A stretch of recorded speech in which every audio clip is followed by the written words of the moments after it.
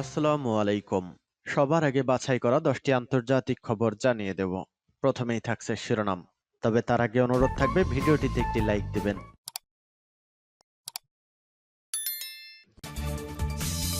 জানিয়ে দিব হাতে থাকা সর্বশেষ আপডেট আন্তর্জাতিক সংবাদ। প্রথমেই সংবাদ শিরোনাম, ইসরায়েলের বিরুদ্ধে পুনরায় নৌ অভিযানের হুমকি হুথির। এরপর জানিয়ে দিব হুমকি ও নিষেধাজ্ঞা বহাল থাকা অবস্থায় আমেরিকার সঙ্গে আলোচনা নয় বলছে ইরান। এদিকে ইসরায়েলকে 4 দিনের আল্টিমেটাম। আরও জানিয়ে দিব ইউক্রেনের রাশিয়ার অতর্কিত হামলা, নিহত 11। সর্বশেষ জানিয়ে দিব গাজায় ফের যুদ্ধের জন্য আইডিএফকে প্রস্তুত থাকার নির্দেশ নেতানিয়াহুর। এতক্ষণ শুনছিলেন সংবাদ শিরোনাম, এবারে বিস্তারিত। তবে অনুরোধ থাকবে ভিডিওটিতে একটি লাইক করবেন এবং কমেন্ট করে জানিয়ে দিবেন কোন জেলা থেকে আপনি আমাদের এই ভিডিওটি দেখছেন। ইসরায়েলের বিরুদ্ধে পুনরায় নৌ অভিযানের হুমকি হুথির। ফিলিস্তিনের অবরুদ্ধ গাজায় ত্রাণ প্রবেশের বাধা তুলে না দিলে ইসরায়েলের বিরুদ্ধে নৌ অভিযান পুনরায় শুরু করার হুমকি দিয়েছে ইয়েমেনের হুথি বিদ্রোহীরা। শুক্রবার 7 মার্চ ইয়েমেনের বিদ্রোহী গোষ্ঠীটির নেতা আব্দুল মালিক আল হুথি এ হুমকি দিয়েছেন। খবর জেরুজালেম পোস্টের। আব্দুল মালিক আল হুথি বলেছেন, যদি ইসরায়েল 4 দিনের মধ্যে গাজায় ত্রাণের অবরোধ প্রত্যাহার না করে তাহলে হুথি বাহিনী ইসরায়েলের বিরুদ্ধে নৌ অভিযান পুনরায় শুরু করবে। 2023 সালের অক্টোবর মাসে গাজায় ইসরায়েলি আগ্রাসন শুরুর পর থেকে ইসরায়েল ও তাদের সংশ্লিষ্ট 100টিরও বেশি জাহাজে হামলা চালিয়েছে ইরান সমর্থিত হুথিরা।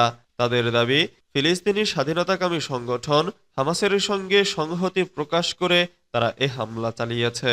তবে চলতি বছরের জানুয়ারিতে গাজায় যুদ্ধবিরতি শুরু হলে তারা হামলা বন্ধ করে।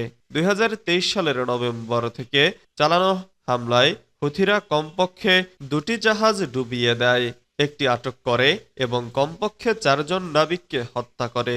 হুথি বিদ্রোহীদের নেতা আব্দুল মালিক আল হুথি বলেছেন, আমরা 4 দিনের সময়সীমা দেব। এটি মধ্যস্থতাকারীদের তাদের প্রচেষ্টার জন্য।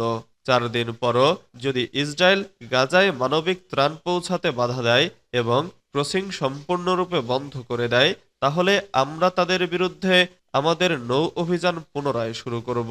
গত 2 মার্চ গাজায় যুদ্ধবিরতি নিয়ে অচলাবস্থা শুরু হওয়ায় ইসরায়েল উপত্যকাটিতে ত্রাণবাহী ট্রাক প্রবেশে বাধা দেয়।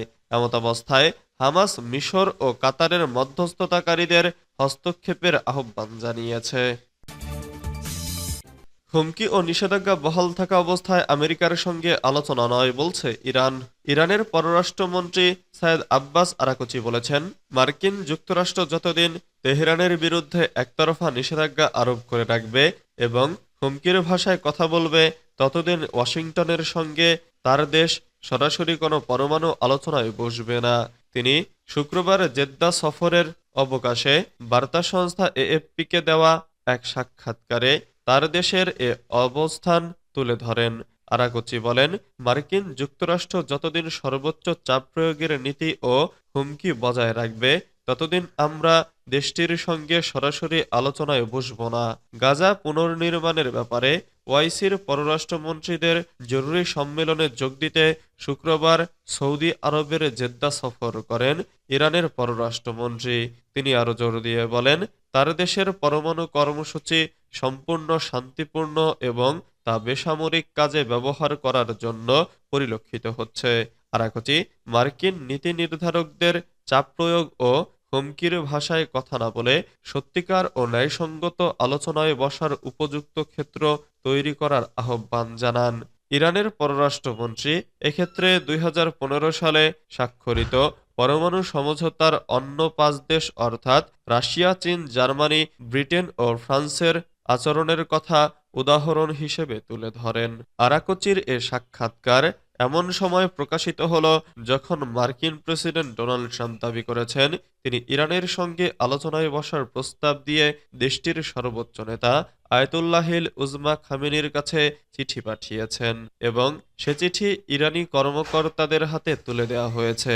যদিও জাতিসংঘের ইরান মিশন ওয়াশিংটনের কাছ থেকে কোনোরকম চিঠি পাওয়ার কথা অস্বীকার করেছে। ইসরায়েলকে 4 দিনের আল্টিমেটাম। গাজায় ত্রাণ অবরোধ তুলে নিতে ইসরায়েলকে 4 দিনের আল্টিমেটাম দিয়েছে ইয়েমেনের হুথিরা, নয়তো তারা আবার নৌপথে ইসরায়েলিদের লক্ষ্য করে হামলার হুমকি দিয়েছে। খবর রয়টার্সের। ইয়েমেনের হুথিদের নেতা আল হুথি শুক্রবার বলেছেন যে যদি ইসরায়েল 4 দিনের মধ্যে গাজায় ত্রাণবহর প্রবেশে বাধা প্রত্যাহার না করে, তাহলে তারা ইসরায়েলের বিরুদ্ধে নৌ অভিযান পুনরায় শুরু করবে। এর ফলে জানুয়ারিতে গাজায় যুদ্ধবিরতির পর হুথিদের আক্রমণ বন্ধ হলেও তা আবার পুরোদমে শুরুর সম্ভাবনার ইঙ্গিত পাওয়া যাচ্ছে। ইরান সমর্থিত গোষ্ঠীটি 2023 সালের নভেম্বর থেকে লোহিত সাগরে চলাচলকারী জাহাজ লক্ষ্য করে 100টিরও বেশি আক্রমণ চালায়। তারা বলেছে গাজায় হামাসের সাথে ইসরায়েলের যুদ্ধ ফিলিস্তিনিদের সাথে সংহতি প্রকাশ করে ওই সব হামলা চালানো হয়েছে। সেই সময়কালে হুথিরা 2টি জাহাজ ডুবিয়ে দেয়, একটি আটক করে এবং কমপক্ষে 4 জন নাবিককে হত্যা করে।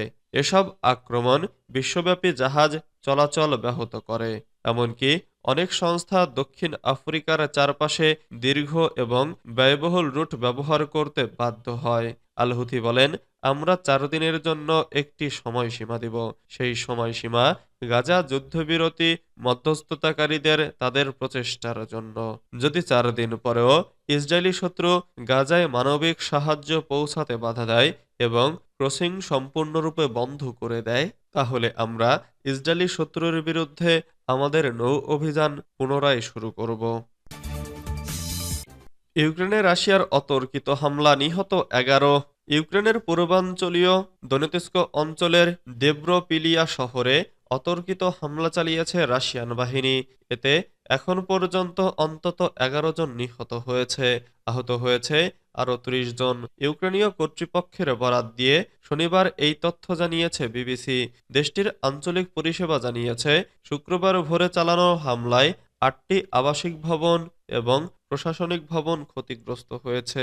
এর আগে গত বৃহস্পতিবার রাশিয়ান বাহিনীর চালানো হামলায় ইউক্রেনে 5 জন নিহত হয়। 2022 সালের 24 ফেব্রুয়ারি ইউক্রেনে সামরিক অভিযান ঘোষণা দেন রুশ প্রেসিডেন্ট ভ্লাদিমির পুতিন। এরপর থেকে আজ পর্যন্ত টানা 3 বছরের বেশি সময় ধরে চলছে দেশ দুইটির সংঘাত। এতে দুই পক্ষের বহু হতাহতের খবর পাওয়া যাচ্ছে। মার্কিন প্রেসিডেন্ট হিসেবে ক্ষমতায় আসার পর থেকে ইউক্রেন যুদ্ধ বন্ধের উদ্যোগ নিয়েছেন ডোনাল্ড ট্রাম্প। এরই মধ্যে রাশিয়ান কর্মকর্তাদের সঙ্গে বৈঠক করেছেন মার্কিন নেতারা। এছাড়া আগামী সপ্তাহে ট্রাম্পের সিনিয়র কর্মকর্তাদের একটি দল সৌদি আরবে গিয়ে জেলেনস্কির টিমের সঙ্গে সাক্ষাৎ করবেন। গাজায় ফের যুদ্ধের জন্য আইডিএফকে প্রস্তুত থাকার নির্দেশ নেতানিয়াহুর। ইসরায়েলি প্রধানমন্ত্রী বেনিয়ামিন নেতানিয়াহুর রাজনৈতিক দল আইডিএফকে গাজায় তাৎক্ষণিক যুদ্ধে ফিরে আসার জন্য প্রস্তুতি নেওয়ার নির্দেশ দিয়েছে।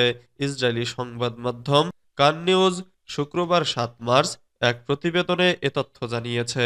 এর আগে চলতি সপ্তাহের শুরুতে জেরুজালেম পোস্টের একটি প্রতিবেদনে বলা হয়েছে ইসরায়েলি কর্মকর্তারা অনুমান করেছেন যদি ইসরায়েল ও হামাসের মধ্যে যুদ্ধবিরতি ও বন্দি বিনিময়ের কোনো চুক্তি না হয়, তাহলে ইসরায়েল প্রায় 1.5 সপ্তাহের মধ্যে গাজায় যুদ্ধ শুরু করতে পারে।